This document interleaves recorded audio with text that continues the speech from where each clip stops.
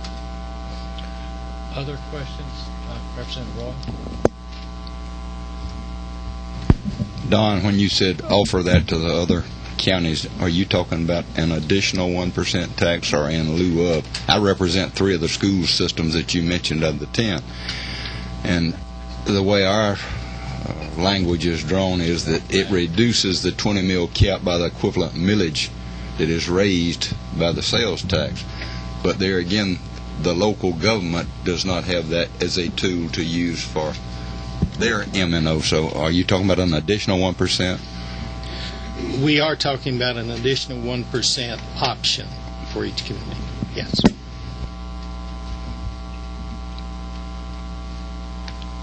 Okay. Anybody else? Again, Mr. Brooks, we thank you very much. You. And, Mr. Chairman, members of the committee, thank you very much. Before our next speakers, is there any way we can make anybody more comfortable? No, seriously, I noticed we have a lot of people standing and uncomfortable. If we can open the doors or make it cooler or get some more chairs in here, it's all right if anybody can do that, especially ladies. I don't want to have to stand if we can find seats for them.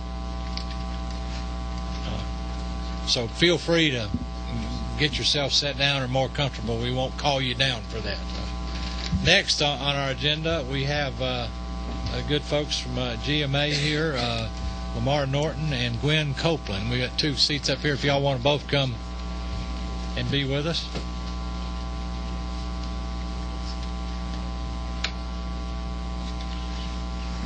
Good morning. Thank you, Mr. Chairman. Welcome.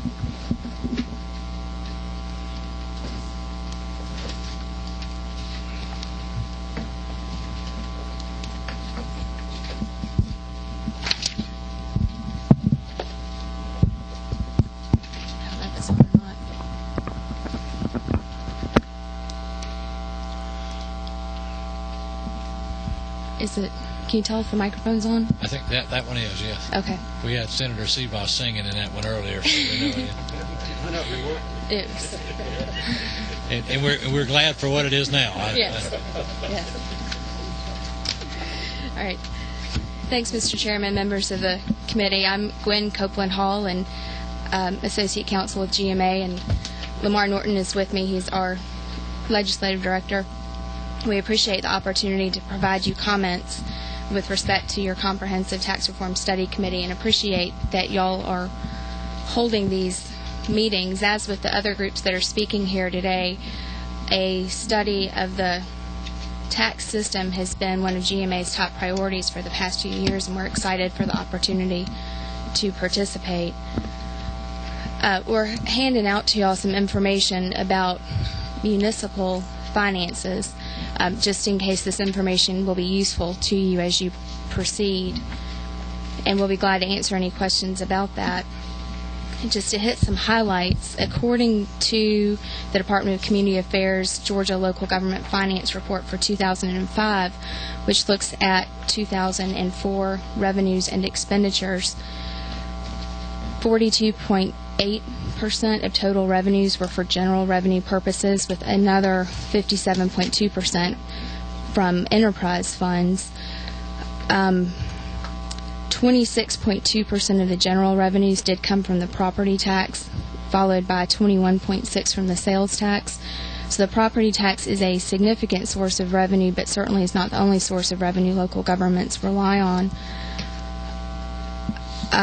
Interestingly, I want to point out with respect to enterprise funds, although 57.2% of total municipal revenue came from enterprise funds, 63.4% of total municipal expenditures were enterprise fund expenditures. And I think we can attribute some of that to a lot of the water and sewer and other capital outlay that is done with respect to enterprise funds. The largest general fund expenditure is for public safety, and that consumes 38.57% of a city's general fund. There are some other numbers in the memorandum that's being handed out to you, but I wanted to highlight a couple of them before we go on. We would agree with the priorities that have been mentioned here earlier already this morning, with a focus on equity, stability, adequacy to fund services, broad-based. I'm not going to repeat all of them, but certainly there are a lot of priorities to look into when you are looking at a tax system to see if it meets the needs. In researching this, it seems that the overall question is to determine what the purpose is of a tax system, and that's really a political and philosophical question for our elected officials to determine. And in determining that, I think the next question is to determine what the current sources of revenue are and what the percentage of overall revenue should be produced from each class of taxation. And as each local government is different, and I'll focus on local government here, even though we do appreciate that y'all are studying it from the state government perspective as well, a one-size-fits-all formula doesn't necessarily work. However, we can look at what good economic models are, especially with respect to the items already identified with equity, adequacy to provide services, and really friendliness to a business community. Is our current tax system geared towards a 21st century economy?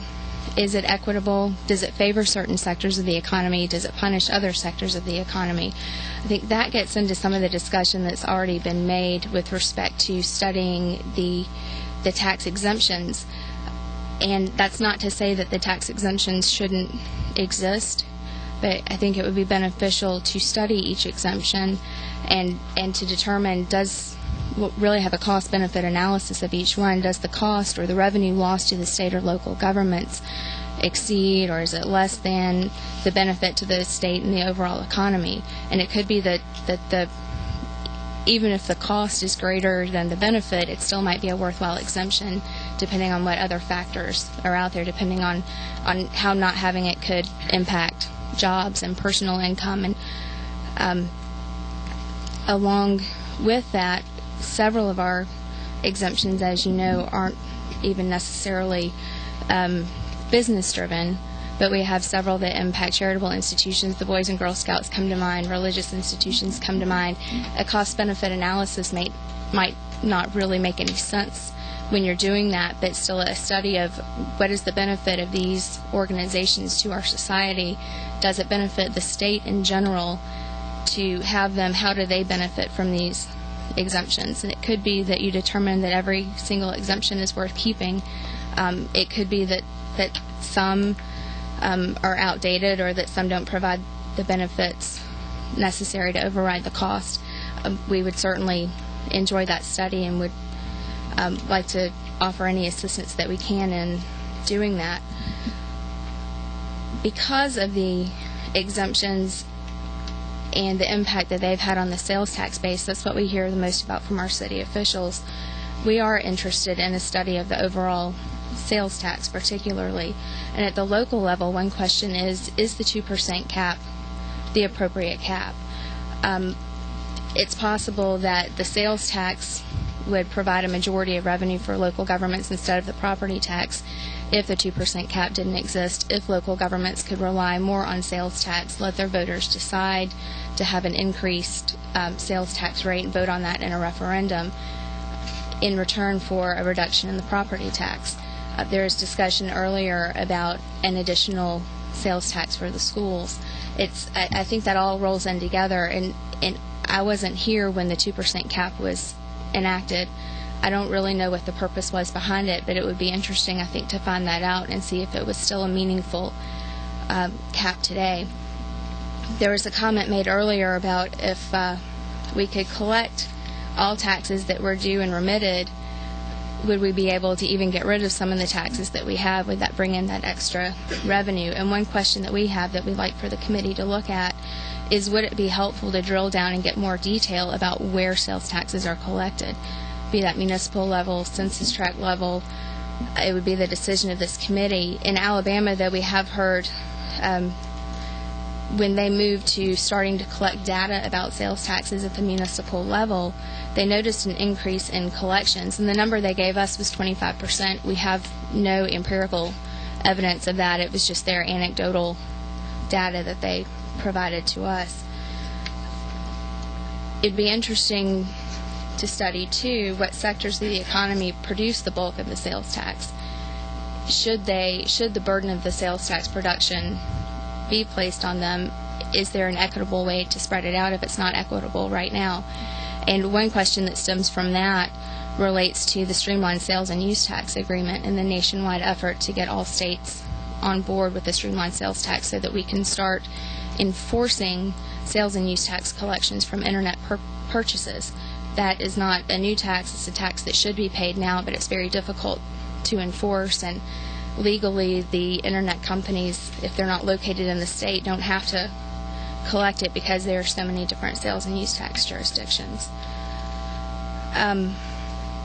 We would suggest, as did the school boards, that the property tax be looked at because of the enormous political attention that is paid to it.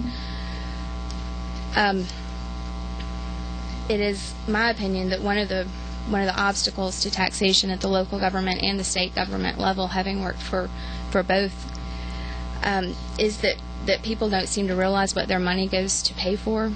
And it's sometimes, even though the budgets are available and they're public, it's not really spelled out in a public way what the money goes to fund. And I think that maybe more information might assuage people's concerns about what they pay in their property taxes and their other taxes. But with the property tax, the benefits have already been pointed out. I don't want to restate all of that. But an overriding question is how is the current property tax burden apportioned among classes of taxpayers? And there are certainly exemptions and taxpayers that are exempt either at the state or the local level. Is that equitable? Should they be exempt? It could be that the answer is yes. It could be that the answer is no, and maybe it's yes depending on who the class is. Are there certain businesses or types of behavior or even classes of people that we want to encourage coming to our state through the property tax? And certainly in that, a look at the inventory tax that had a lot of debate over the last couple of years. How does that fit in? If there is a cut in one class of taxation, where is that going to be made up? How is that burden going to impact the other taxpayers who don't receive the benefit of the tax break? And then finally, what goals should a reorganization of the property tax code accomplish? Another issue, it's not really on the part of our tax code right now, but GMA would like for this committee to consider at least studying a long-term funding source for local transportation projects. Some ideas have been thrown around, including a statewide consumption tax or a regional consumption tax that would help pay for the tremendous needs. And the governor has certainly been generous, especially this last legislative session in the budget, by providing a lot of LARP money and significant state aid money for local transportation projects. But there is a long-term need, and we would appreciate at least the opportunity to study that. A couple of others, and then I'll wrap up, and I'm sure Lamar has some comments. But the Motel Tax, while it's not a state tax, it is important to local governments. What types of projects do general tourism dollars fund? There's kind of some back and forth there between the local governments and even the hoteliers. Really, the chambers of commerce and the local government seem to work well together, but there's some discrepancy about what those dollars should fund. And then also there's the current lawsuit, the class action in Georgia.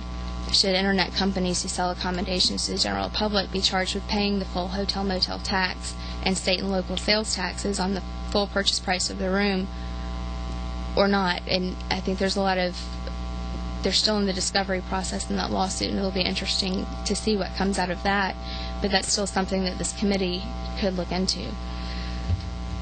The last one at the local level that we would be interested in looking into, and it certainly is much lower on the priority list than those that have been mentioned, is the alcoholic beverages tax. And that's a tax that really has not been amended in several years. And I think the committee could, given the time, look at what is the purpose of that tax, and are the taxes sufficient to achieve the intended purpose. I don't know if the purpose might be it's a sin tax, and I don't know if the purpose is to try to increase prices, or if it's to say, well, this is a sector of the population that we can tax more, but it might be worth looking at. And one follow-up with that is local governments, I don't believe at this time, are authorized to place a tax on tobacco products. And that might be something this committee might be interested in looking into, if you're interested in maybe reducing another tax and looking at what are areas that are not taxed now resulting in overtaxation in other areas. You want to take questions first? You want Lamar to speak? Okay. Go ahead. It won't take me very long, and they'll know very quickly, Mr. Chairman, that I'm not the expert. Cities only exist because of the business that locate in the cities. We are not, by our stand on taxation, at all interested in stopping businesses from growing or attracting them to city locations throughout this state. So anything that we talk about as far as taxation is hopefully for economic growth. As Mr. Rook stated earlier, it is all about demand for services, except ours is not education, ours is water, sewer, public safety. The enterprise funds don't pay the freight, unfortunately. If you could, there's some question about the amount of the fees that you should charge for your service. You price yourself out, your taxpayer gets just about as hot over a water bill as they do a property tax bill. So it's a fine balance that we try to reach. One of the things that some of our members are talking about that this committee might be interested in is they're trying to model what government should look like. What does a city model need to look like? What does a policeman cost generally? What does a fireman cost? How much should we pay not only today but 20 years out? What does it look like? Where are we going? Hopefully we'll get into that process more in the next couple of years, and we're excited about it. We hope that this committee will take a long look, as Gwen said, about the collection of data. We have learned from Arkansas, Mississippi, and Alabama the collection of data at the lowest level has really increased what they consider sales tax collections effort without increasing tax. There's money on the table, they tell us, if we can do that, and that's something we're very interested in. We appreciate the committee's time for allowing us to speak, and we're available to work with you from a city perspective at any time. Thank you. We thank you. I've got a question, if I could. You touched on something that hits close to home for me in some cities I represent about the property tax exemptions that exist, and that's typically, those exemptions are typically promulgated in city code. Do you have a suggestion of what we could do at the state level? I mean, we have those same exemptions that Cobb was talking about with the school board. If you get to a certain age, one of the cities I represent, you pay no taxes at all, city taxes anymore. And of course that just shifts the burden entirely to the working community or the business community, which they perceive as grossly unfair. But politically it's devastating to take it away, but yet they put it on. How would you suggest what would you suggest we could do at the state level to from an enabling standpoint to help the municipalities in that regard to mitigate some of those situations that are heretofore been unremedial?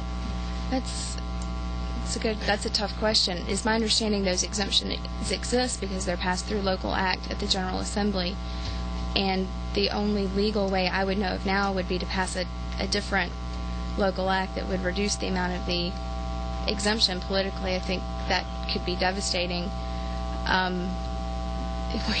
Sorry to say that. That's true.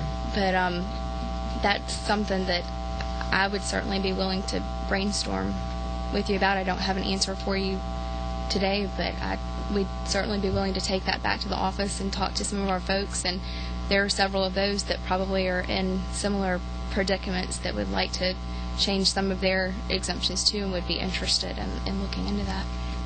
Follow-up question of that. Do you know of any benefit that the age-tested exemptions have economically or to the infrastructure or anything else in the cities? I'm not aware of any at this point in time, but that is something that we'll be glad to research for you. It's anecdotally our understanding that senior citizens require more in services than I guess other sectors of the population, but I don't have empirical data about that at this point in time. Other questions? Members of the committee? Yes, Representative Tumlin. I'm privileged to live in a city. We're charged for about everything but a breathing tax. We pay. That's next week. And I love the city, but You don't know about it. you know, franchise fees on your telephone bill and your internet service. You know, even we have an enterprise system. They charge a franchise fee on their own services.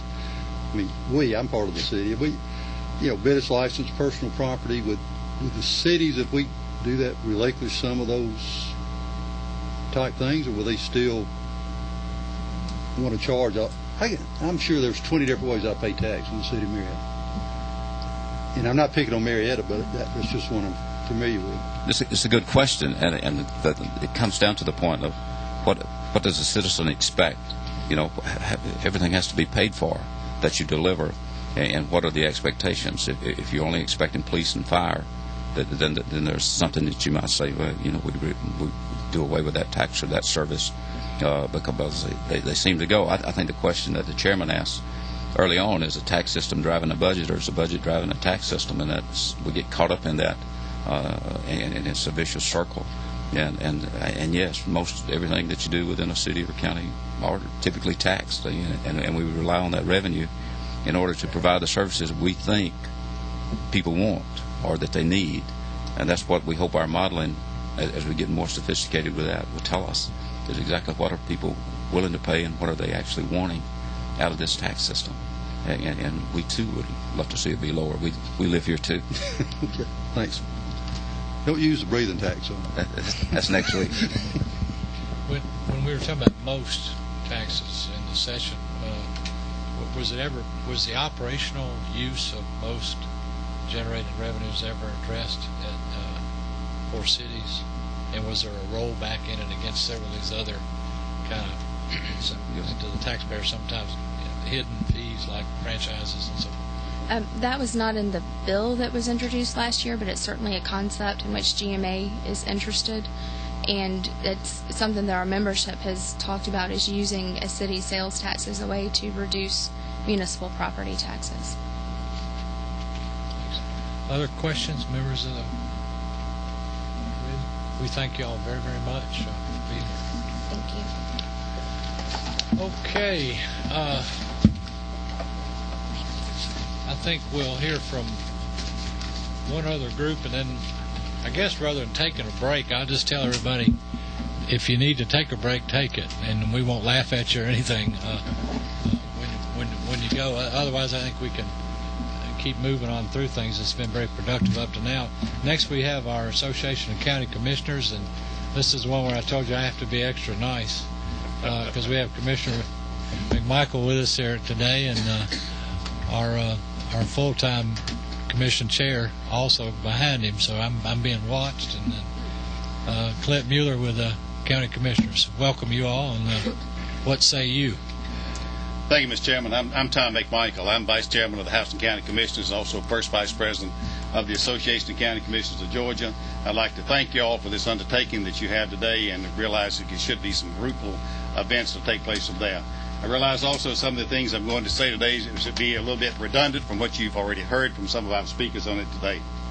But while the Tax Reform Study Committee undertakes a review of the state and local taxes, ACCG urges the committee to understand which tax or revenues are more appropriately established and modified at a local level. We ask that each tax or revenue source be examined to determine how it is to be spent, who pays and to what extent, what exemptions exist. I'd like to repeat that. What exemptions exist? Is the tax progressive, or is it neutral? Is it easily understood? Is it easy to administer? What is the appropriate ratio of revenue to collection cost? What is the impact on economic growth? Is it transparent and visible to the public? How predictable is the revenue stream, and are there reasonable assurances that tax compliance can be enforced? Now I'd like to turn to Clint Mueller from the ACCG staff for additional comments. Thank you. I'm going to leave a copy of our notes with Michelle. Also, I've got a handout for the committee. This is something that we did about 2 or 3 months ago. We teach a tax policy class to county commissioners in our advanced program. And this is a list of all the taxes available to county governments and some of the major fees that are available to county governments. It's pretty comprehensive it's sort of a desk reference guide. It gives you what the tax is, the statutory authority to levy the tax, any publications that have been done on the tax, and who we consider are the experts in the state on that particular tax or revenue source. That's just for you to take back with you to look at in your spare time. Again, we want to thank the committee for setting up this study committee. This was a priority of ACCG for the past couple of years, is to take a comprehensive look at the tax code. We are your local partners under the Constitution of the state of Georgia. The county governments are set up to be the local arm of the state, so we feel like that we are part of the state government. We're just your local arm. Anything that y'all do has a direct impact on us. We all decide what types of taxes we can levy, what are the exemptions for those taxes, what services we have to provide versus which services we can provide through local option. You collect our sales taxes for us. You train our tax assessors. You enforce compliance, such as the Motel Tax. You make sure that we're complying with laws, and you enforce other revenues. So, as you can see, we really can't do anything without y'all giving us sort of the broader permission to operate within. I agree with what most of the speakers have said today. I guess coming third, as far as the schools and the cities presenting first, most of what's been said, I don't want to be redundant and repeat it. So Tom mentioned some of the methodology that we believe would be important for the committee to consider when they're looking at these various tax issues. Specifically from ACCG's standpoint, there's a number of issues we'd like for the committee to consider. First of all, one of the difficulties we have, that y'all have as members of the legislature when you're trying to make changes to the tax code, is that the sections in our law are so large. And I know Representative Richard Royal a couple of years ago put together some draft legislation that would sort of clean up the tax code, not make any substantive changes, but just clean it up, break it up into smaller sections, which when the time comes to start making some of these changes to the tax code, make it much easier to make those changes. So we would encourage y'all to look at that piece of legislation that's been drafted. Reassessments with property taxes, that's probably one of the number one hot button issues around the state right now. As y'all know, being a fast growth state, assessments are going up quite a bit in Georgia. Our counties, we've got counties that reassess every single year. We've got counties that go 10 years without reassessing. We've got counties that reassess a fraction of their county every year. We got counties that reassess the whole county every year. It's different from county to county. All 159 counties are different, but we know that it's a problem because of the predictability factor. The public, the person that pays the property taxes, when they get a reassessment and they haven't had one in several years and their values jump 50 to 100% or more in some cases, and obviously any rollback is not going to offset that, and they're going to get a tax increase. That's a surprise to them, and they don't like surprises. They don't mind paying their fair share, but what they don't like is the big surprises. So we've got to look at that issue. We've got to look at the sectors that we tax. We know that the residential doesn't pay its way, and we know that the commercial and ag pay far more in taxes than receiving services. That's been a lot of research done on that, so we know that's the case. But again, those are policy decisions that are going to have to be looked at.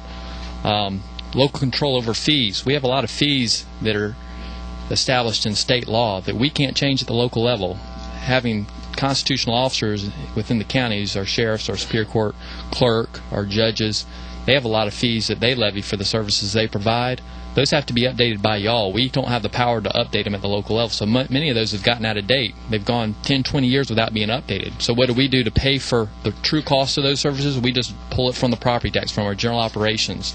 So if we're not updating those fees, that fee schedule on a regular cycle, then we're shifting that burden over to property taxes. So we'd like for you to look at that fee schedule that's set out in state law for our constitutional officers. When you look at specific groups that you want to protect, for instance, Representative Tumlin a while ago mentioned the age 62 full exemption on school ad valorem taxes. We think that you ought to target your exemptions. In other words, not everybody over the age of 62 is poor on fixed income and can't afford to pay any property taxes. What other states have done is they've looked at what they call circuit breakers, where you actually not only look at the age, but you start looking at what is their income relative to how much they're paying in property taxes. And when their income, when their property taxes start exceeding a certain ratio to income, then it basically caps them. The cap kicks in, and they don't have to pay any more. So ideas like that other states have tried, we'd like for this committee to look at. Training is very important. As I mentioned earlier, the Department of Revenue does most of our training for our tax assessors and tax commissioners. The state receives $250,000 in property taxes. They get the inflationary increases every year. They don't have to go through the Taxpayer Bill of Rights like the local governments do. That money just goes into the state general fund. Also, penalties when counties are out of compliance with sales ratio studies, they have to pay a penalty to the state. That money also goes in the state general fund. We think some of those dollars probably ought to go back into fixing the problem. Instead of the problem created those revenues, let's try to use some of those revenues to fix the problem. Maybe provide more training for our assessors, maybe up the standards for some of our assessors and other folks. Digest preparation that we do. I got a call this morning on that. That's a problem every year. The process has gotten more and more complex over the years, and to meet that August 1st deadline has become impossible for some counties, it seems like, especially when they're doing reassessments that year. So we need to sort of look at that digest preparation process and the whole tax cycle, from January 1 till we actually collect at the end of the year. And I know when Mr. Richard Royal was chairman of this committee, we did take a look at that, and we discovered a lot of problems, but we weren't able to address any of those. In sales tax, again, looking at exemptions, which ones are providing the intended what they were intended for versus some of the ones that maybe we can go back and revisit. They may not be needed now. Audits, we pay the state a 1% administrative fee for collecting our sales tax, and they keep the interest earned on that money while it's being held at the state. A lot of that doesn't go back to the Department of Revenue. Most of that actually just goes to the state general fund. Could some of that money come back to the Department of Revenue to do more audits? We know there's been a lot of studies that show for every auditor you add, you collect 3 times the amount or 4 times the amount in revenue is what it costs to fund that position. So we know that auditing makes sense, and we know that we're not conducting enough audits. When you're only doing less than a 1% or so of the payers out there, you're only auditing less than 1%. It's almost a voluntary system. So we'd like to see more money, and again, this is local money that's been supposedly set aside for that purpose. The Streamlined Sales Tax. We're penalizing our businesses in the state of Georgia because they have to pay the sales tax. And we're saying that businesses that don't have a presence in Georgia, that are located in other states, they don't have to pay it. Well, the person's supposed to pay the use tax in Georgia, but that doesn't happen. So, in effect, we're putting our own businesses at a competitive disadvantage by not doing something to try to tax those businesses out of state. Local sales tax on motor fuel. The state moved to collecting their sales tax on motor fuel to the wholesale level about 3 years ago. Our local sales tax on motor fuel is still collected at the retail level. We hear that the state is collecting about 30% more by collecting it at the wholesale level. Well, if it makes sense for the state, maybe we ought to look at, does it make sense to collect the locals at that level too? And there's a lot of states around us have gone to the terminal level, and they say they even get better compliance by collecting at the terminal level. So should we not look at collecting state and local sales tax at the terminal level instead of maybe the wholesale level? Again, these are just ideas that I'm throwing out to the committee. Local option sales tax, again, we're coming up on every 10 years we have to negotiate this with the cities. It's very controversial, very divisive. It pits local elected officials against each other, fighting over this limited pot of money. The state sets out sort of the game rules for that negotiation, and it didn't go real well last time, and we're coming up on that again in the not too distant future. So we'd like for the General Assembly to take a look at that and see if we can come up with a better way to negotiate those local funds. Again, I've just thrown out a couple of the issues that we think about at ACCG quite a bit. And to let you know, from our revenue standpoint, about a little over 40% of our revenues come from property tax, about 23% of our revenues come from sales tax, and the rest is from fees and other types of revenue sources, just to kind of give you an idea. next to the schools, we're the second biggest user of property taxes. Mr. Chairman, I'd like to emphasize to this group that the resources of the Association of County Commissioners of Georgia is not only available to this committee, but any committee of the legislature that you'll make and call it. We thank you. Questions for any members of the committee? Representative Royal?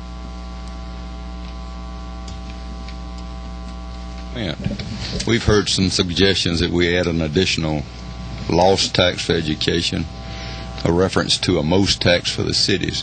How would ACCG react towards these proposals? Well, we're always very concerned with new sales tax being added and what that does to the existing sales tax that are being collected. I think you first have to look at other states near us and see what are their sales tax rates. And Georgia State University, by the way, did a study recently, looked at all the states in the southeast and what are their sales tax rates. In Georgia, we're somewhere between 5%, 7%. Most everywhere is at 7%, though. And when you look around us, there's a few states that have 8%, but most of them are 6 to 7%. So we're sort of right in there with the other states. So if you start adding a lot, a penny for East Floss, a penny for the cities, the state may want another penny one day. You can only add so many pennies and still be competitive. And also, what does that do to your existing pennies? The voters are only going to pass so many local option pennies. If you come to them with 2 or 3 local option pennies, they may pass one, but the others are going to say, look, we can't pass all of them. We're just going to give you one. So, they may feel like the East Floss is more important than the county Floss. And if there was the other local sales tax options available, I'm sure that the public is going to approve one of them, but which one will they approve? And I think the others are going to suffer for any new ones you add. You mentioned earlier about needing some help with constitutional fees or fees for constitutional offices that typically are promulgated at the state level. Obviously, I'm very attuned to local rule issues, and certainly that's one. And fees usually are one of the most transparent taxes there is. I mean, the fee payer or the taxpayer, as you might want to call them, knows exactly what they're buying with that. They know what they're getting for that. So, I mean, there's not a lot of opposition, I don't think, at least in this committee, against that. What fees do you give us every year, a wish list of those things? I mean, I've not seen any requests from ACCG before today about those that I know of that we haven't complied with, at least. Or is there a master list somewhere you're going to bring to us? We're developing a list. I know the different organizations that represent our constitutional officers bring some of those requests to y'all. We usually support them. The sheriffs and the probate judge and the Superior Court clerks, they bring some of those requests. There's hundreds of fees out there, so we obviously probably can't all look at all of them. I think some of those, there's good reasons why the state needs to continue to set those at a state level, because they need to be uniform across the state. They just probably need to be updated. Where there may be a few of those fees out there that there's not a good reason to do a one-size-fits-all, that there may be a way to let the people set it at the local level. I don't know, but that's something we'd like for the committee to look at, and we'd be glad to continue to try to provide the research on what are the fees, why is there a need maybe to have it uniform and set at the state level versus could it be set at the local level, and when was the last time they were updated? Okay, well, we'll be in an information gathering posture probably through October, so that's the kind of time frame we're dealing with that, and we'd be most interested in hearing from you, and also hearing if they were increased, what could be decreased as well. Sure. I would sure be a lot more interested in looking at a revenue neutral proposal in that regard rather than just an overt tax increase, which everybody seems to want. Definitely. Any other questions by members? Yeah, Representative. You mentioned sales tax and, internet people don't pay. I mean, that's a federal issue. Do y'all know of any way we could? I mean, I think there's still another 2 or 3 year extension. Right. You're right. It is a federal issue because of the nexus laws and having to mandate that these companies out of state pay. The federal government's going to have to act, and we hope that they're going to do that in the near future, but I don't know.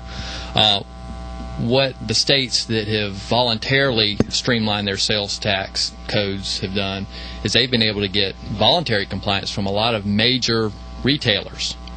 And these folks, again, because they're expecting that Congress is going to address this issue sooner or later, they've decided, and it benefits them when they can operate under the same rules in all the states versus having a separate set of rules in each state. So what they've done to incentivize this is they said, look, if those states that have streamlined their sales tax code in conformance with this joint group, what we will do is we will voluntarily collect your sales tax and remit it back to your state. And from what we're being told from some of these other states, that alone is a sizable amount of revenue just from the voluntary compliance. So I think we're losing out on the voluntary compliance right now because we haven't streamlined our sales tax code. Thank you, gentlemen, very much. Other questions from the committee? Again, we're very grateful that I know Tom came a long way, especially. And Chairman, thank you for being here, Clint, always. Next on our agenda, we've got Tommy Hills, who's the Chief Financial Officer for the Governor Perdue's office. And also, I think we'd like to, since he's here anyway, the last speaker is going to be Commissioner Bart Graham, the Department of Revenue. Maybe they'd like to come as a Quinella here, so we would. Thank you very much. As we're able to coordinate some of our comments with each other. Okay. Well, thanks for being here, and let's know what you're thinking.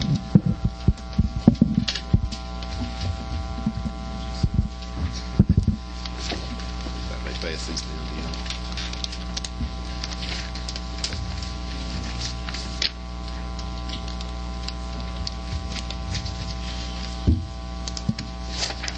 First, thank you for the opportunity to be with you. Compliment you for this undertaking. It seems to be the first one in a number of years, and we look at a comprehensive view of the tax system of Georgia, and we agree that it's a good process to go through. I'd also like to introduce to those of you who have not met Dr. Ken Hagen, who's a state economist. Our arrangement is with Andrew Young School of Public Policy at Georgia State, of which Dr. Hagen is employed, but he's employed to be assigned to the state of Georgia as the economist. But he's been tremendously helpful to the administration and to the budget office in looking at all kind of tax issues as we looked at them, and certainly is available to be of service to this committee as well. While, as I mentioned, Commissioner Graham and Dr. Hagen had done some coordination with looking at these issues already, and while you meet as a panel, we would intend through the administration, along with the Director of Economic Development and policy staff and budget folks, to also be looking at tax issues as we go along.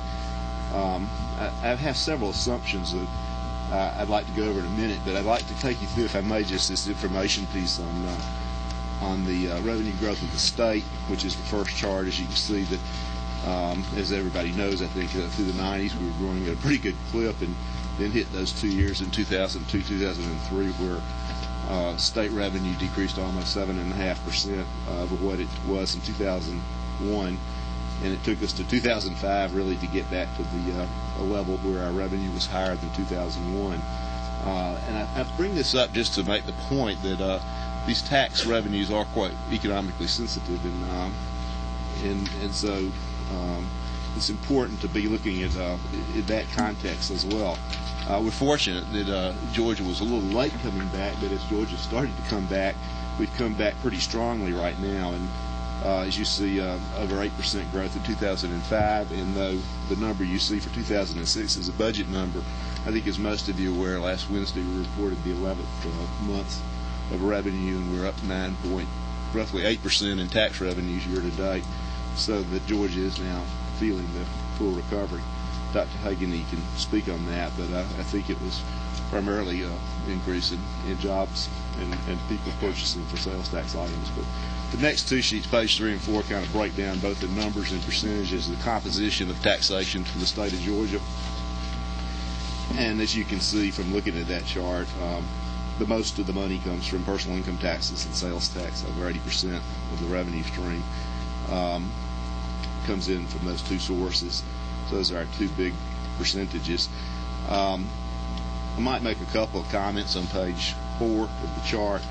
A lot of conversation on corporate income taxation, and as you see, that moves around probably more than any other source of income as a percentage wise when the economy goes up and down. We've been fortunate to make up the last 2 years to have it was like 50% a year ago and 30% or so year to date in corporate income tax recovery. But as you see, back in 2003, in 2004 it went down relatively significantly. Also, just as a comment, as I think everyone knows, we've been phasing out the inheritance tax, and so that's going away this year. And really the only two sources of tax that have moved more than 50 basis points over those 6 years sort of cap there are tobacco tax is up 80 basis points and the property tax is down 80 basis points. So, the next part, page 5, references a February 2006 study by Dr. Bluestone at Georgia State, Andrew Young School of Public Policy, that looks at taxes per $1,000 of taxable income from 1981 to 2002. And as you look at that, of course, Georgia was and still is somewhat below the U.S. average. But as we've moved up closer to the U.S. average, you can see the state share actually has decreased as a percentage rather significantly, while the local share has rather significantly increased. So that it's important, I think, to look comprehensively at what's happening. I think some of those sales, the percentage of decrease in the state, I think some of that's going to be attributable to sales tax, so we'll look at that in a minute too. Page 6, I just recapped some of the tax legislation, of course, that y'all are familiar with, that we've looked at in the recent years since we've really done the last tax study, comprehensive tax study with the best credits and conformity with federal tax laws of trying to line up with the federal income tax code to make it less complicated for Georgia taxpayers, and more rapid depreciation for small businesses. And this last year, the legislation we worked on with the Georgia Society of Accountants in terms of LLC and LLP line up definitionally with the federal income tax code. Point out also the increased homestead exemptions, which you know has increased rather significantly over the past 4 years. It's up to close to $500 million, I guess, will be in the 08 budget, 07 budget. The last chart Dr. Hagen prepared just to research on the sales tax, looking at what's happened per $1,000 of personal income from 1980 through 2004, where basically the tax revenue to the state on sales tax has decreased from $31 to $19, a relatively significant shift, even though the dollars and the percentage of the whole continue to grow. And the reason I point that out to you, to some extent, it's something unconscious major tax policy decision made. I don't know that any of us consciously, other than the food tax exemption, made that as a personal choice. But also would report, I believe one of the representatives of the Georgia Municipal Association referenced earlier, suggesting you look at revenue by census tract, sales tax revenue, but also by industry analysis. Each month, the Revenue Department does prepare in their press releases and does have the information by industry on which industries are growing sales taxations and which industries are decreasing. So that is readily available to you. I think some of your staff is not. At the high end. At the high end, We don't have a system that will capture every company and every NAIC code, but the major employers and producers sales tax are captured in that. Some of the assumptions we were working with as a kind of a working hypothesis within the administration is that as you're looking at any approach to significant tax code needs to be looked at comprehensively, not just chipping away at a single type. We'd also say that Georgia needs to continue to have multiple revenue sources. This buffers us in terms of economic upturn and economic downturn. And I would say to you that every time that we do a bond issue and the bond rating agencies write us up and confirm our AAA rating, one of the only 6 states that have that rating by all 3 rating agencies, they all always point to the fact that Georgia has balanced tax sources, that we're not just dependent on one single tax source, that we have sales tax, corporate income tax, personal income tax, and some other taxes as well. And that's important, I think, to be aware of. Also, in a study that we looked at recently that Ernst & Young provided through the Georgia Chamber of Commerce, Georgia is one of 10 states, one of the lowest quintile, one of the 10 states with the lowest corporate tax burden of any of the 50 states in the country. So Georgia's already doing a pretty good job relative to business taxation. So we can't do other things better, but keep in mind that perspective. Also, we're cutting each year, and Michelle knows this because she's preparing these reports for us, but we probably cut $50 to $75 million a year for the last several years each year in tax burden on the citizens of Georgia by the various exemptions and changes we make to the tax code in terms of tax spending. Also, context I think to keep in mind is kind of the big picture, not just the revenue coming in, but the expenditures going out. I think as y'all are quite well aware, we've gleaned an awful lot of savings through the lean budget processes that we've had to do for the last 3 years, and that we've reduced base expense loads in a lot of agencies to several $100 million. Also, we'll see several $100 million over the next several years coming out of efficiencies through recommendations of implementation through the Commission in New Georgia, procurement being the largest part of that group.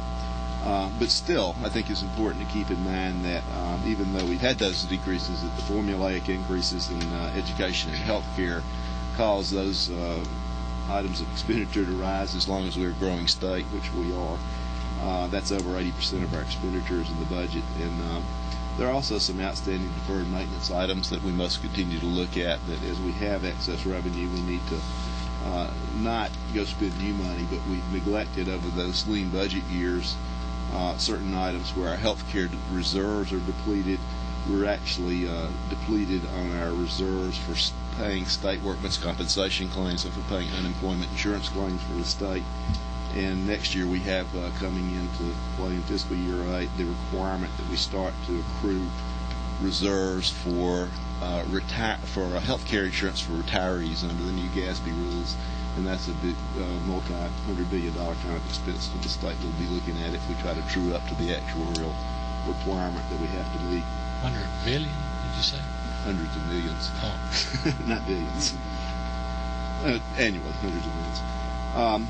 Therefore, I think comprehensive solutions are needed, and to the extent possible, we ought to look at things being somewhat revenue neutral in terms of economic growth of the state. And by that, I use the analogy of what we looked at in 2005, which Representative Royal were familiar with when we looked at that year's House Bill 191, the single factor. The analysis showed that we would probably lose somewhere once we went into 100% full sales factor, something in the range of $80 to $100 million in revenue as a loss. On the other hand, as you recall in that same legislation, we tightened up on the royalty deductions on business, and we thought there was a possibility of perhaps reclaiming about $70 million in deductions that were taken, perhaps under the new law and the clarified law that wouldn't be taken. And then the long-term savings, or the long-term offset, of course, was the new economic development from investment from companies that would be more prone to make those investments in Georgia because of the single factor. So that's kind of what I mean by a revenue-neutral approach. And I guess the main point I'd make is that any tax spending decisions we make ought to be looked at on a return on investment basis, just like we looked at in the House Bill 191 a year ago. Just as a suggestion, as I said, the unified approach that we work together on would be extremely helpful. Don't have any particular suggestions on items to be studied. Certainly the administration's open to looking with you all at any recommendations that we choose to that you choose to look at and that we can discuss together. I would say one thing about the expenditures. The people that rate governments, governing magazine, bond rating agencies, they give almost equal weight to fiscal management and infrastructure needs, and so they're looking at the way we balance both our revenue sources against the way that we meet the needs of the state, so the state can continue to grow. And that would be a test I would hope that y'all would look at as well. You want to pause for questions for you before we go to Bart? Members of the committee, questions for Mr. Hills? Representative Harris? Mr. Hill, let me ask you a question, and I agree with you. I think Georgia compares favorably when you look at us comprehensively with all the other states. And on page 5 right here, we compare, favorably with the U.S. average on that. But one of the things that I kind of have some concern with, and it's really, we're doing it, and when I say we, the legislature, we're pretty quick to want to cut some taxes, and sometimes we don't think about the consequences of what we're doing when we do that. And I wonder, when you look at the state share and the local share, how that has shifted around.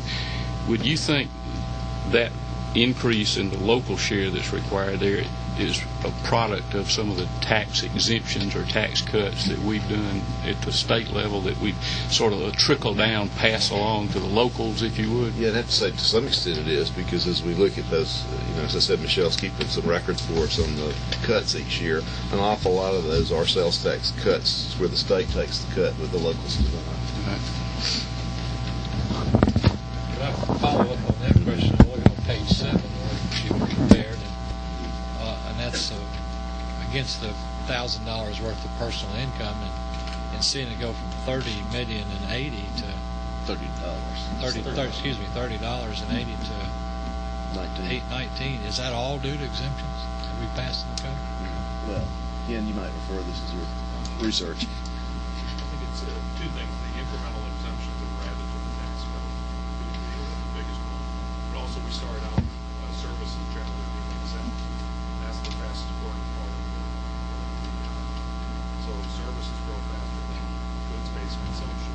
So that ratio naturally comes down, which is good. One of the things Necessarily just incremental changes to the starting point of services generally being exempt. One of the interesting things we kicked around as a discussion item was to what extent could you conceivably lower the state tax rate on sales if you taxed services that services grow and goods aren't growing as much. So I don't know. It's certainly an issue to look at. To follow up too, Ken, since you mentioned that on Representative Parrish's question, do you agree then that there is even though we thought, I guess, when we do exemptions, that just limit them to the state then doesn't affect the local governments and the county governments, but am I hearing you say that there is a possibility of this trickle down even though we do that limitation? Is there something economically? They're just limited to the state portion of the sales tax. I think that's not always been the case, and sometimes those have the local portion and the state portion of the sales tax. Even though we might not then have enough revenue to sort of step up to the plate for our share. And I see the local share of revenues increasing substantially and ours going down. You don't see that as a trend? I'm not specifically looking at that aspect of the change. We're really focused on the impact on the state. I'd sure be curious to know, and maybe if there was some way to compute a balance, like Representative Parrish was talking about, where there is some fairness and equity between the state level and the various local levels all the way even through the school board. If that's something we could count on you maybe to give some thought to, if you have any brainstorms on that, we'd sure be happy to hear them. Any other questions for Mr. Hills? Thank you. We have the beloved Commissioner of Revenue with us here. And I didn't mean that facetiously. I like you. Bart, no, I like you even when you're here. Bart, what say you? To that point, there is a Georgia State study that's been done on sales tax that we came across. We haven't had time to analyze it either, or to have Dr. Hagen validate his presumptions on the two. So we'll be looking at that. A couple of things I want to provide the committee. One is, in our preparation for this meeting, we appreciate being asked. We pulled together some source documents, which we burned on some CDs for each of the committee members and for the governor's office. It includes our presentation to the Georgia Chamber of Commerce Board 2 weeks ago, Tommy Hills' presentation to that same group, some comparatives between state tax rates among the 50 states on corporate income tax, individual, and sales tax, to show that Georgia is roughly in the middle of the pack across the board on each of those things nationally. And then we also included a copy of the tax reform study in 1995. So I'd like to pass these out to each of you now, just as a single place to go to, so that when you hear us quoting sources, you'll hopefully be dealing with the same source that we did when we came to the conclusion.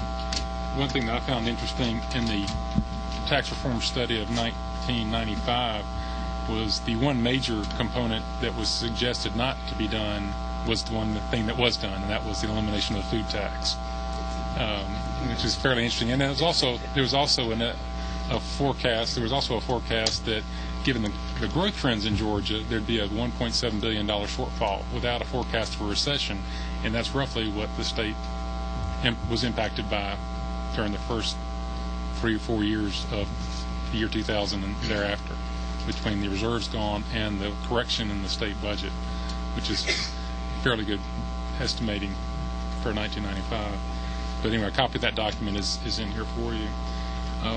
As it comes to tax reform, I think the biggest challenge is the resolve to actually accomplish something. But if you don't start talking about it, you can't accomplish anything. We looked at what the President's panel went through, what their methodology was, that was recently concluded in the past year.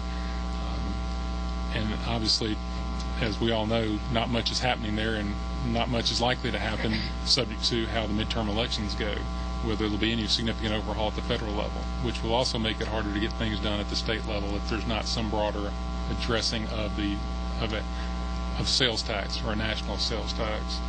At the state level, we've come across 13 states that have tried to do some measure of reform in the last 3 to 4 years, 3 of which actually probably accomplished something of materiality, and probably the leading one would be Ohio, that has built in a reduction in state income, individual income tax of 21%. And that's probably the most significant change that we see on the horizon.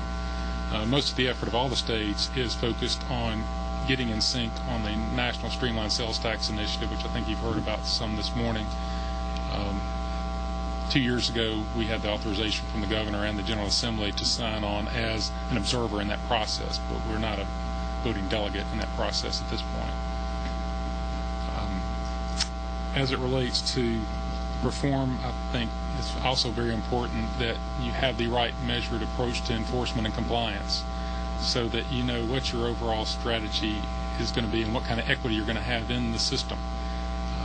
To this day, every major group that we've looked at has a greater than 10% non-compliance, whether it's sales tax, whether it's realtors, whether it's insurance brokers, whether it's teachers, whether it's state employees, whether it's DOR employees. It's greater than 10% don't file regularly. And historically, we just relied on our Treasury Offset Program with the IRS data that we exchange with the IRS. Now we've begun offsetting with W-2 records we get from employers, and that's what's bringing even more information. So, like in the past, people felt like they could file federally and not file state. Well, now we're not filing either one, so we're picking them up on the W-2 cross. And that's proving to be very effective. But it's also causing the rest of us to carry a much higher burden when we don't have that compliance. Another major component is the complexity of the tax code. Does it really accomplish what we want it to accomplish, when at the end of the day the whole sole purpose is just to get enough money to run the state the way the General Assembly and the governor want to run the state? We go through some pretty complex iterations to get to that point from time to time. That's sometimes driven by certain groups' lobbying effort and other ideology. A lot of our tax code is built on a platform that's developed over 40 or 50 years, as you all know, that's a different ideology than may be predominant today, which is how much money we can extract from certain groups of people who are able to pay, that we want to pay. A glowing example of that in our mind is in the telecom world. That tax is built and written off of the local exchange service. But if the real intent of taxing telecom is my ability to talk to you on the phone, are we taxing that or are we taxing the local exchange? Well, if we're taxing the local exchange like the code calls for today, that tax is going away. And there's not another built-in source to replace that, so it's going to have to come from somewhere at some point, as long as you have a growing platform like Georgia is. And that's a bigger challenge in Georgia than most states, because we've had this uninterrupted growth for so many years. A lot of what we do at Revenue is very expensive to administer. Non-compliance is the biggest and most expensive. Sales tax non-compliance is the second most expensive process to administer. And we spend probably half of our time looking for processes to turn off, because I don't believe that just more time, money, and people are necessary to do things if you're doing the things you don't need to be doing. If something we've done or failed to do is generating the extra work and lack of customer service, and we're trying to unwind those things, such as unnecessary notices, to get to the right result, collect the right amount of money. we've briefly talked about sales tax already and the Streamlined Sales Tax initiative. Another example of a way to make the process easier is in the commodities. Motor fuel tax would be another example. We've made some improvement there by moving to taxing at the distribution level, but if we went to tax at the rack or converting that sales tax to an excise tax, that would make the process simpler too. And you'd have a finite amount of money you were expecting every year versus having the volatility of a sales tax. And then once you add that volatility of the sales tax into motor fuel, the compliance goes up significantly because there are tens of thousands of motor fuel retailers in the state that we then have to chase for sales tax compliance. Another significant area is what our net worth tax accomplishes. With a minimum of $10 and a maximum of $5, that may or may not really accomplish anything at the end of the day. One thing probably the best thing that's happened to us from the compliance side in the since my experience was Penny Houston's bill last year that a number of yous co-sponsored, making sales tax a felony on a second or third offense. In the past, you could steal a car for $500 and it would be a felony in the state, but if you stole $1 million of sales tax, it was nothing more than a misdemeanor. And we are getting significant traction with that new capability. A major way to simplify the tax code is to consider making Georgia corporate unitary tax reporting rather than separate entity reporting. That would take a tremendous amount of compliance out of the system. It would take a tremendous amount of audits out of the system. Last year we audited over 26,000 businesses, but that was less than 1/10 of 1%. So a lot of people are never seeing an auditor to begin with in this state, not even to what would be a normal national standard. But I would only suggest you look at unitary if it fell within the scheme or the framework of what the overall objective was. Revenue neutrality, not as an avenue to take money from somewhere, or even a tax reduction. It would be complicated to try to implement, but it certainly would be worth the challenge. But I don't suggest it be used as a tool to just extract more money if the state doesn't need more money or hasn't taken the policy position that that's where we want to get money from. My personal feeling on the corporate income tax is that, as Tommy Hills has mentioned, what we get from the rating agencies is to have a balanced tax platform across the board, and to eliminate one major tax type would move in the opposite direction of that, for one. But two, I've never heard of any employee moving to any state because they didn't have a corporate income tax. I have friends that moved to Florida and Tennessee and Texas because they don't have an individual income tax, because those employers don't pay their employees any more money. They're still competitive. So the money ultimately goes back to the shareholders, and they may or may not be residing in Georgia. So yeah, you may not get the results you're after by pursuing that path. Another item that's of significance that I think has to fall within the umbrella of what your overall objective in tax policy is the effectiveness of tax incentives. We find that somewhere north of 70% of all incentives, deductions, and exemptions are taken on amended tax returns, well after the economic decision was ever made. Paul O'Neill, the former Secretary of Treasury and Chairman of Alcoa, is quoted numerous times as saying he never once made a business decision based on the tax incentive. It's very important, but if you're giving money away, I'll take it. But they didn't let that be the driver of a sound business decision. And we find that to be the case in most often in Georgia as well. The last item we've mentioned is user fees. A glowing example of that is there seems to be sometimes a disconnect in the use of fees and what we're trying to accomplish, and to have an overall structured strategy at the state level would be helpful. The most obvious example is the specialty fee for specialty car tags. That number has moved fairly significantly in recent years. It always moves every time we come up with a new tag, yet we have other fees in the state that haven't moved in 30 and 40 years. And those fees might be $2 or $5, and they haven't moved a dime. So it's hard for me to grasp why you would extract more money out of certain people for certain things and not make it equitable on the other side as well, if that was the objective. Those are our general perspectives, and I'm happy to take questions. I've got a few, but does anybody else have any before me down this way? The left's been kind of quiet over here. I'm concerned. Is everybody awake? Mr. Chairman, since you brought up Commissioner prestige tax, a question on that. If the constitutional amendment is approved, I think where designated funds go to some of these not-for-profit organizations that these prestige tags have been included, will that be a tax deduction as they're paying for those tags, that portion that goes to? I'm going to look at my tax compliance and policy director. Unless it's written in there, no. I mean, it's not automatic, is it? The code would have to be amended to make it deductible.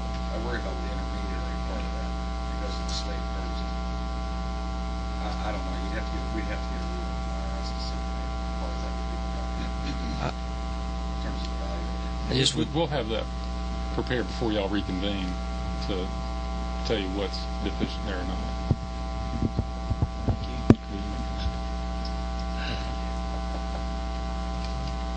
Couple of questions. You raised sort of a personal vendetta with me about audits. Have we ever had data to determine, have we ever reached the point of diminishing returns as far as cost of auditors that we put in the budget for your department and revenue that generates for the state? It seems like each auditor might be $50,000, but it seems like for every auditor we add $2 million of what heretofore had been uncollected revenue. Why isn't that a good deal, and where do we get to the maximum? What are your feelings on that? I think every state nearly has that same observation, and they can all point to that every auditor or compliance person or collector will collect anywhere from $6 to $7 million on average. But when it comes time to making the final decision on whether to add people and the funding for those people or not, the last analysis goes into what are we doing for that department we're not doing for another state department, and the equation stops.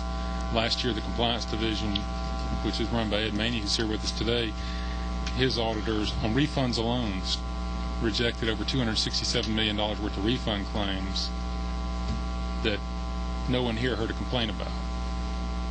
There are some complaints you heard about general audits on tax and tax being owed, but the state has grown so tremendously over the last 20 years, and the department has not grown with it to be able to handle it. When we audit less than 1% of the corporate tax world, most states will audit anywhere from 2.5% to 3%.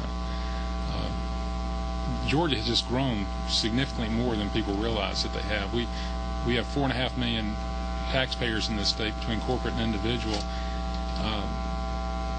If you take our full-time, part-time, hourly, and temporary hourly staff, we have one employee for every 2,600 taxpayers. Now, whether that's the right number or not, I don't know. I just know that there is significant non-compliance that's taking place because we don't have the people there. And I balance all that with, I don't believe that just throwing more money and people at it will solve the problem, because we have to discontinue certain things that we're doing today where we don't get enough return on our investment for that too. So, but as fast as we could hire up to 100 people focused on enforcement, compliance, and audit, their return would be on the measure of $6 to $7 million per person. In that same 6 or 7 million per person. In that same line, and obviously we're going to get to a point of diminishing returns. I don't want this to be a society of beady-eyed auditors either, but there's a balance there somewhere.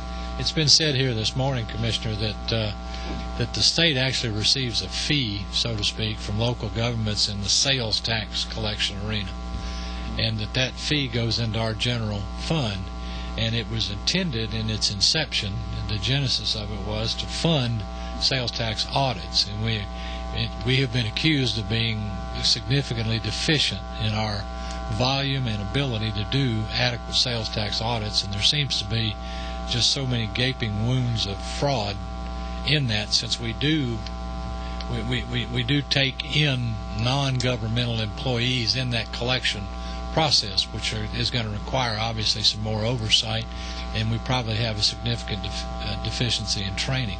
Do you have any thoughts on how we could tighten up our sales tax collection arena, and also maybe even from a euphoric almost standpoint, cut down on compliance for those people out there that we're asking to collect all those taxes. I mean, that's the perfect solution. But do you have any suggestions on how we could first of all get more of the taxes that are legitimately due collected and get more audit oversight, at least a perception that those that do defraud us are going to get caught and going to be punished?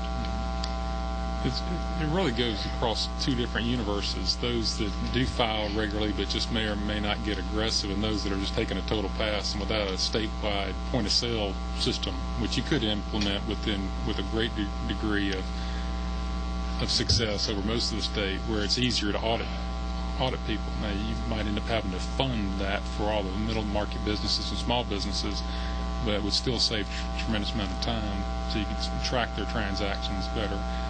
Let's get some all types of rights issues too, whether or not we're seeing that data as it's being produced. Simplifying the sales tax code and eliminating many of the deductions and exemptions in the larger markets, so that we can redeploy those people and resources to working in the audit world and the middle market, small market businesses, would be helpful. I think a lot of people don't understand that sales tax and withholding tax are trust taxes.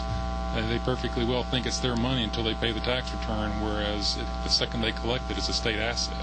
They don't understand that they were using somebody else's money. It's like any other business.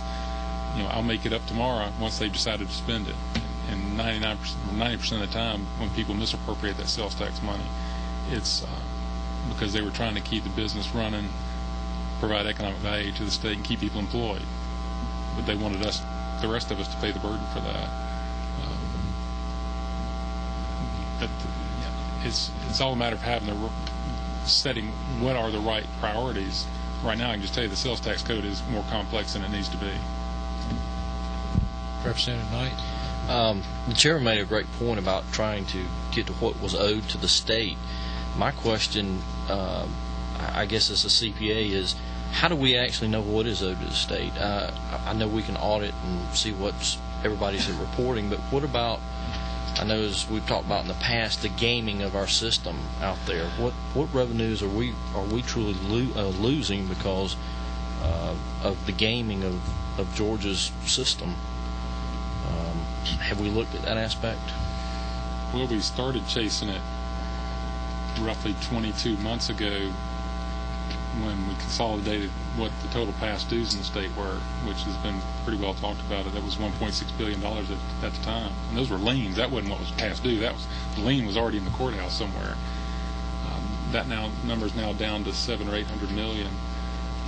But there are a million past due accounts. I mean, it is so massive right now that you could work at it full speed for 3 years before you really had to worry about whether you got to point to diminishing return. I mean, Georgia's just that much bigger than people recognize it is. I mean, it's as simple as looking at our busy season after April 17th, the number of tax returns that come in. Some people think you can just buy a bunch of copy machines, hire a bunch of college students, and pull the checks out, copy them, stuff them back in the envelope, and all solved in 2 days. But if you've ever looked at a pile of 1.5 to 2 million tax returns and think you can keep those papers collated the right way, it's a far bigger challenge than. But more so to that, those are the people who are at least making an attempt to comply with our system. I'm talking anywhere from the people who barter in our state to anywhere from, I know some of the issues that we're attacked with every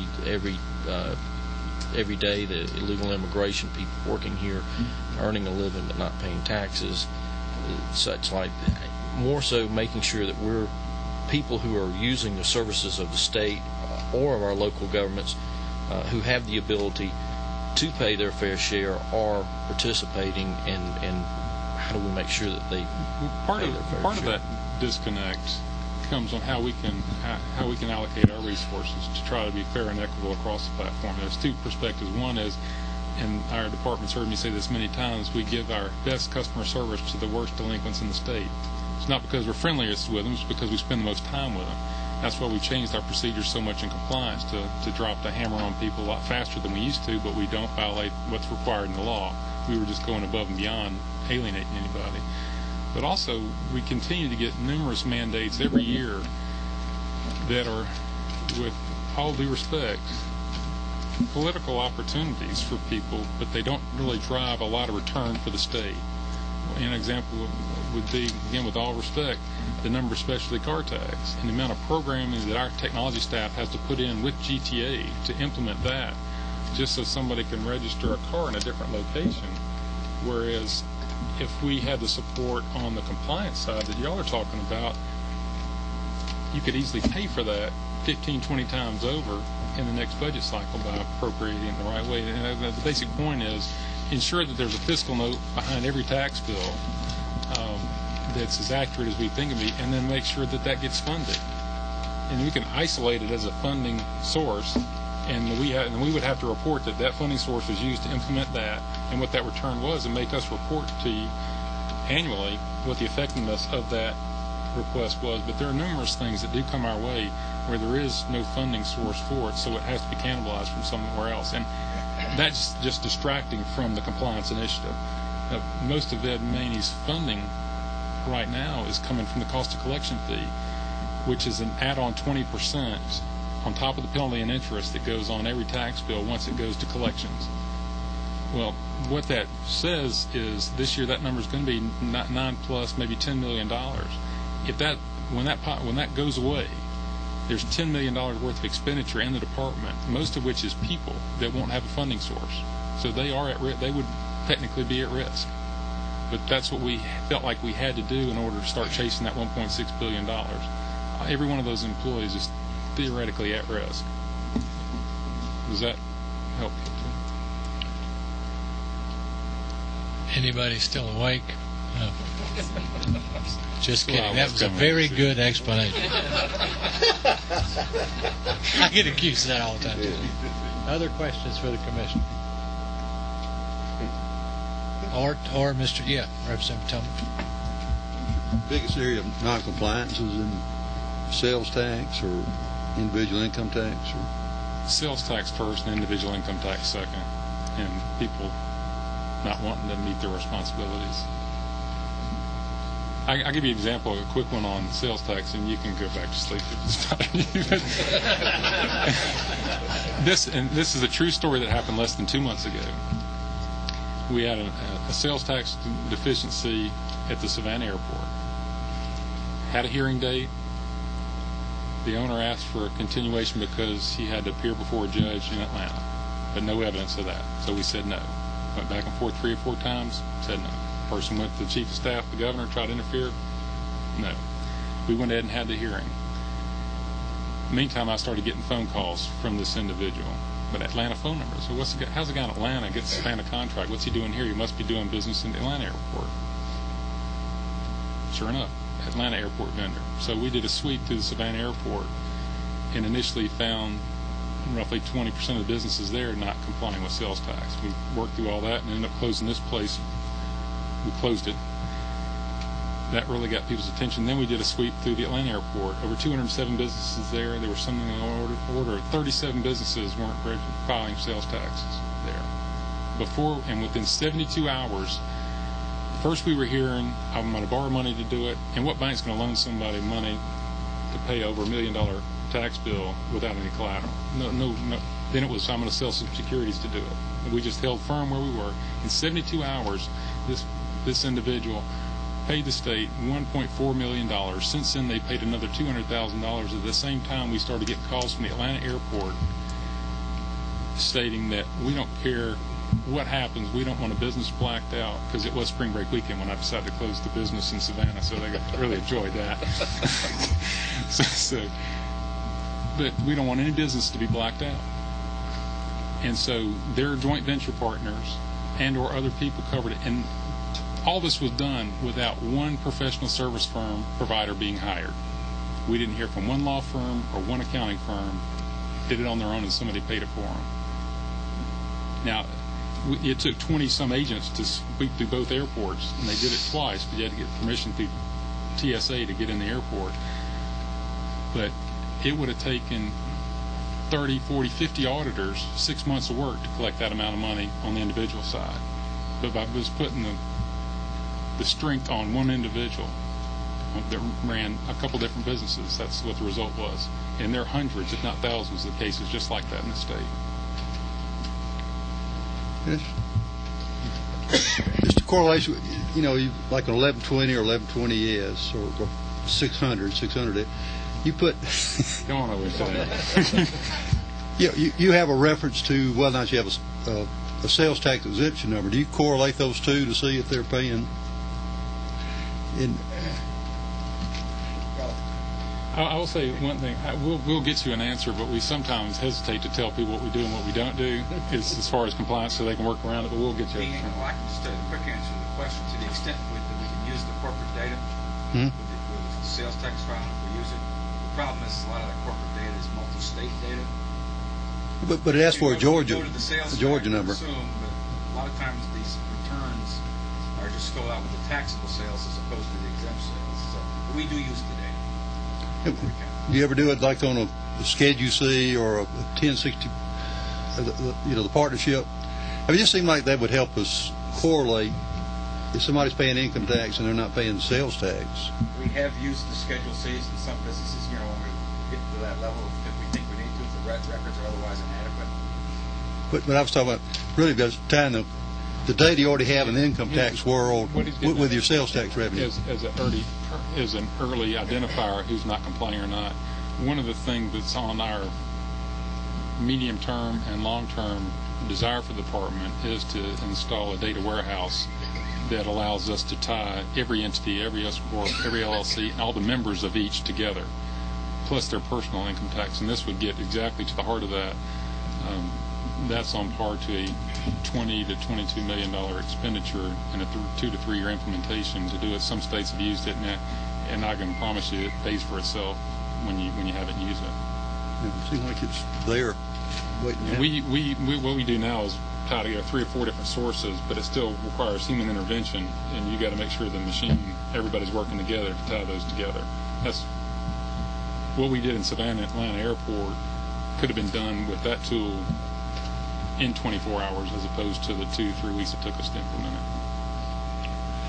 Well, Commissioner, I think suffice to say we will be anxious to hear from you in the future while this committee is impaneled on very specific suggestions on how we can deal with collectability.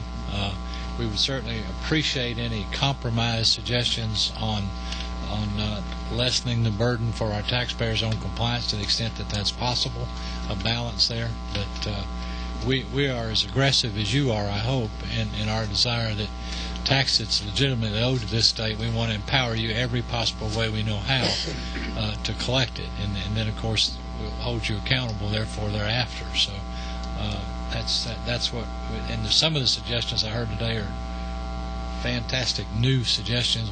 We hope you'll have more, and other members of your staff who have come over the years to respect. So we're open ears and we're listening, and the sooner you can get that to us, the better. And we certainly thank you and Mr. Hills for your presentations today, and we look forward to working with y'all hand in glove in the future as we wind this up. Do you have any?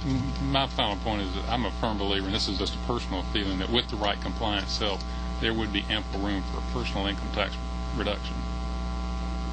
That's a personal view based on my experience. I'm not speaking on behalf of anyone else, but there is room for that.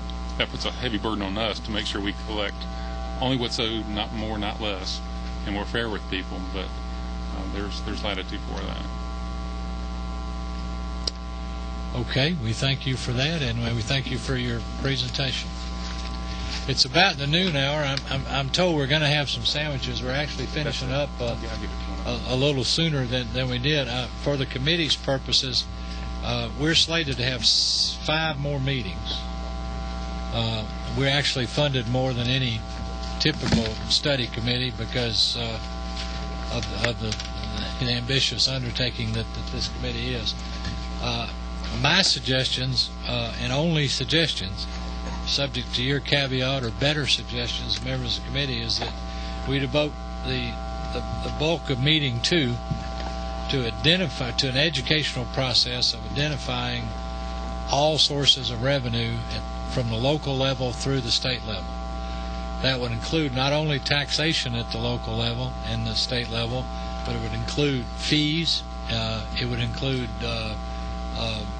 even other category like fines, revenues, and so forth, so that we would have a working knowledge of every single source of revenue that there is out there. I don't think we can be accountable for balancing all those and looking at affect and effect of adjusting those if we don't know what they are. And we'll be talking about things like Representative Tumlin mentioned earlier, these franchise fees that really don't come on a government tax bill, they come on your phone bill. The total identification of where these things are out there so that we know what we're dealing with. And not that I'm opposed to those taxes at all. I just want to make sure we have working knowledge of the existence of all of them. I would think that ought to be meeting 2. We have 5 other meetings. There are 5 people sitting here, and I want y'all to volunteer, each one of you, to chair one of these 5 meetings. So be thinking about who wants to do that one, and I'll come back to it in a minute. The third meeting is going to be one that I think Commissioner Graham will need to have him come back to and his staff, and that's going to have to do with tax collectability. How do we collect the taxes? What do we do? And I'm going to use the term. I'm not afraid to use the term. What do we do about the cheaters that are out there? Because, if they're not cheating it, the rest of us don't have to pay as much, maybe. And I think that's important. I think we owe Georgians dealing with cheaters. And we're going to talk about that in a collectability meeting. And what can we legitimately do, like the felony legislation of last year that just sort of came about happenstance, other departmental recommendations of legislation to shore up your ability to collect, and I certainly think we'll probably be making some budget recommendation for auditors, but I see that as the number 3 meeting. Compliance will be number 4. I would suggest that we let that be led by one of our CPA members, Representative Tumlin or Representative Knight. It's going to be near and dear to the heart of Senator Seabaugh, also an accountant. So we're going to be talking about lessening of the burden of compliance throughout all the business filings of every kind of tax. That'll be our 4th meeting. Will be dedicated to compliance issues. I've actually had some people mail me some stuff as suggestions for a look at where we have a sales tax on a tax. That's the darndest thing I've ever seen, and it's because of the complexity of the way our tax laws is. We actually sales tax a tax here in Georgia, and I've got documentary proof of that. I know y'all probably don't believe that yet. I shall not unveil that until the 4th meeting, whoever is doing it, and we'll have another laugh. But I mean, that's a sad agenda to think that we have that out there, and unfortunately, it's because of a poor job we did legislatively in wording legislation. We left it too vague and ambiguous to be interpreted properly, and that's what we're dealing with. Our 5th meeting, I hope we'll be able to deal with small businesses. So we're going to get into, I guess, a little business incentive, but with small business, what happens has to happen good in a very quick way. Small businesses don't have the luxury of large capitalized businesses to survive if they have a bad month. Sometimes a bad month means the eradication of a small business. What can we do tax policy wise to make it easier on our small businesses where they can grow to medium-sized businesses and large businesses? And then the wrap-up meeting will have to do with big business, balance, equity, fairness issues, and even down to any of the minutiae that we need to do, and then develop our plan for writing our report, where we want to send it, how we want to implement whatever our suggestions might be. So anyway, that's my initial suggestion. That's open for caveat, and I think I'll just go left to right here and give each member of the committee an opportunity to speak on when we do the meetings, how we do them, where we do them, and any agenda items y'all would either like to add or delete from it, or what your ideas are as we go forward. Representative Mills. Mr. Chairman, I'm correct. However, I can certainly have an opinion on which one of these go to in regards to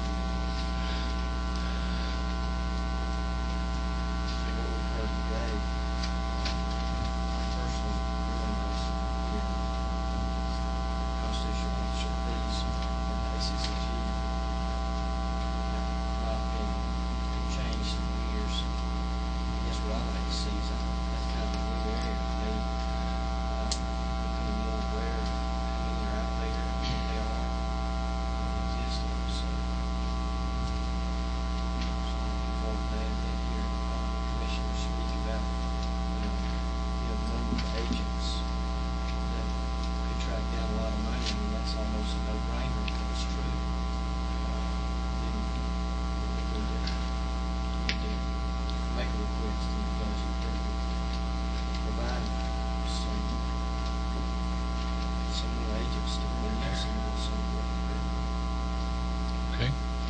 Representative Knight.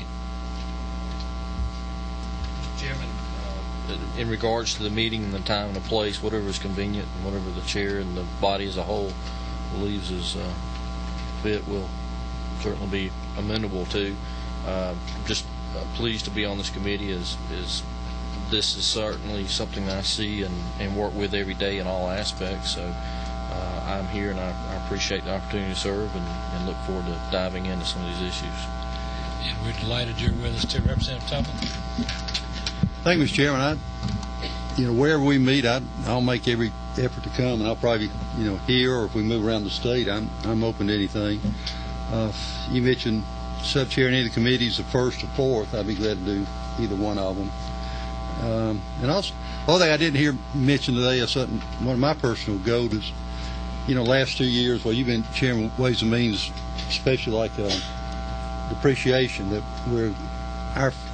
we don't mirror the federal return. I'd love to see us go for simplicity's sake, do like we used to do with state tax, just make it like a sponge tax. That whatever the federal boys do, we just mirror theirs and just take an applicable percentage. So, whether or not that's the way to go, that's one of my goals, to at least consider that. Thank you. Representative Royal.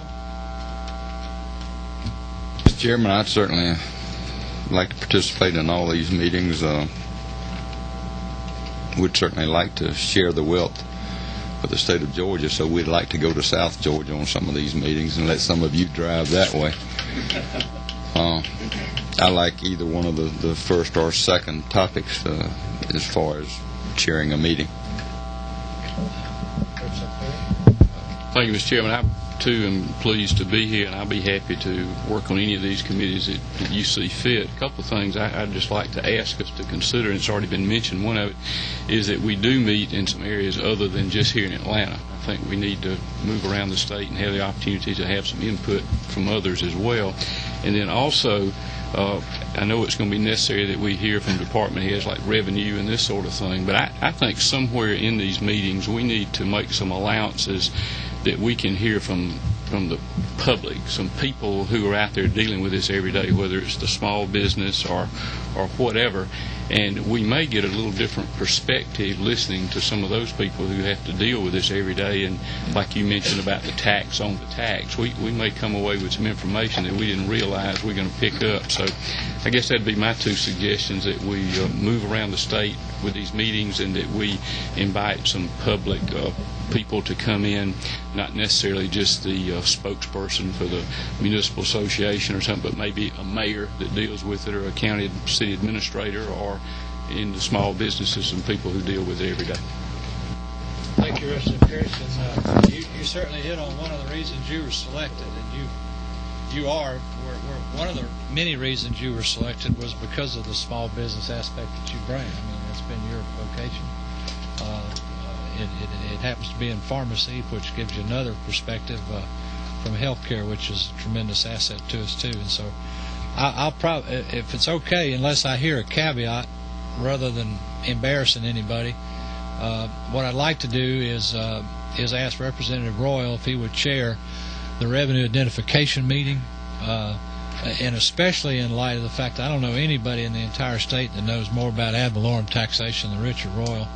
And that's going to be difficult even for me to understand a lot of those concepts, especially as it relates to the timber industry and a lot of other vital industries of this state, and as we look forward to alternative energy sources and all that kind of stuff that this committee is going to be doing. So if you don't mind, Representative Royal, I would ask you to chair our next meeting, and in so doing that would be a preparation of agenda, inviting the speakers and letting us all know a time and a place for that, as you might see fit. Meeting 3 on tax collectability, even though you didn't ask for this, Representative Tubman, you ask enough questions to where you're going to get it, whether you like it or not.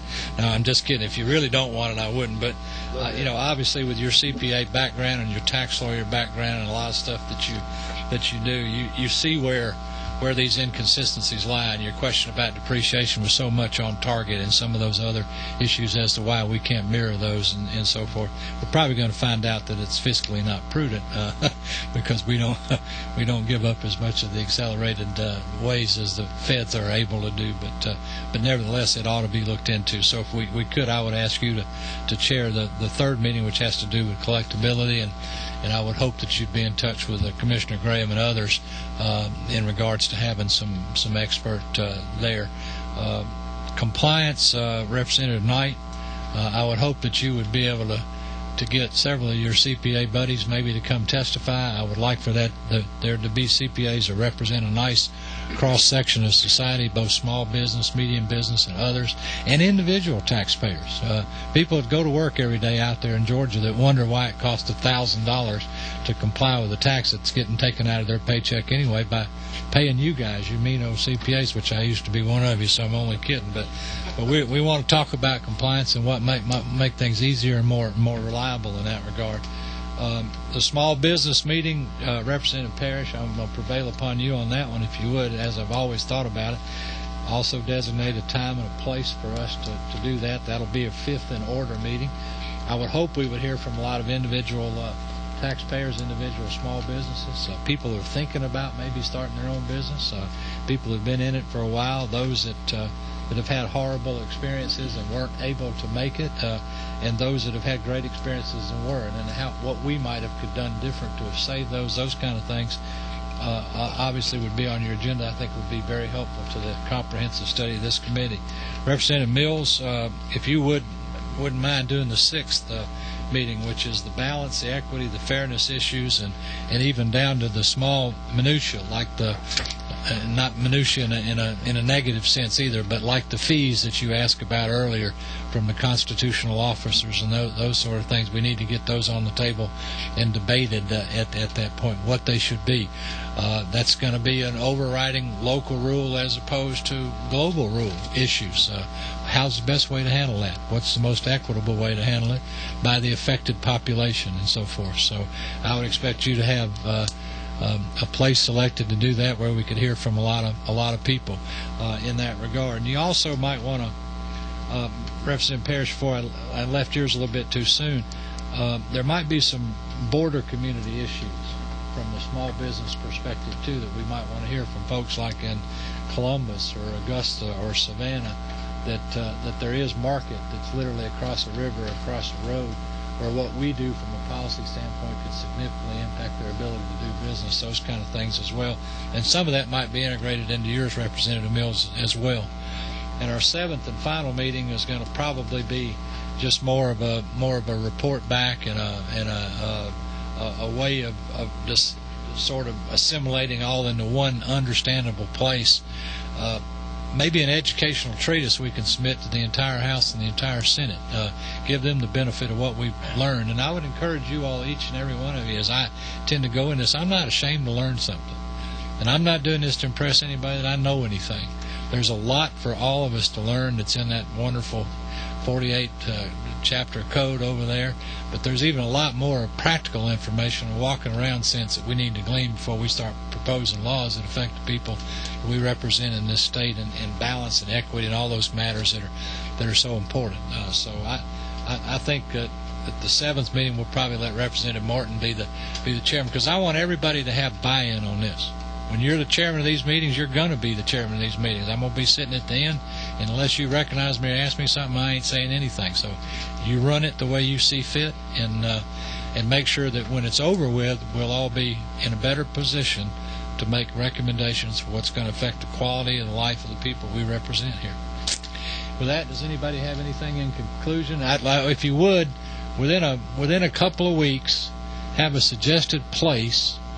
And maybe, I would hope we'd do 2 meetings in July, 2 in August, and then maybe 2 in September, and the last one in October, as just a general rule. But we can work around that with holidays or schools or people with families. We want to try to have them where everybody can be here, but also at a time that we can get all the resources available. Michelle's looked into a lot of the resources that are available to us from an expert testimony standpoint. We certainly want to hear from those kind of folks too. It'll be up to the individual chairman to help coordinate that, and I'm happy to help you with that, but not to lead you. I will follow your leadership in that regard, as will Michelle and Kay in this office, and also the Speaker's office is very interested in what we're doing here. So, does anybody have anything else? So in a couple of weeks, how about each chairman on your agenda have at least a tentative agenda to Michelle? You can look like, for instance, Butch, yours is going to be sometime in September, so you might want to give us some suggestions of where and about when it would be convenient with you then, and a reasonable agenda, and whatever speakers you want us to invite for you, and we'll try to do most of that kind of work out of this office, which we're able to do, and plus we get free postage. Anybody else? And I think it would be not nice to not give anybody in the audience that's gone through this horrible 2 hours of sitting, 2.5 hours of sitting here listening to us. Does anybody in the audience have anything that is of a compelling nature they need to say to this committee before we adjourn? We certainly want to thank y'all for your interest and attention in being here. Especially want to thank our speakers for today. Took the time out. I think I already have learned a lot, and I especially want to thank the members of the committee, and even more especially our staff, Michelle and Kay and others that helped us put this together. So there's no further business to come before this committee today. We will stand adjourned, and thank everyone for your attention.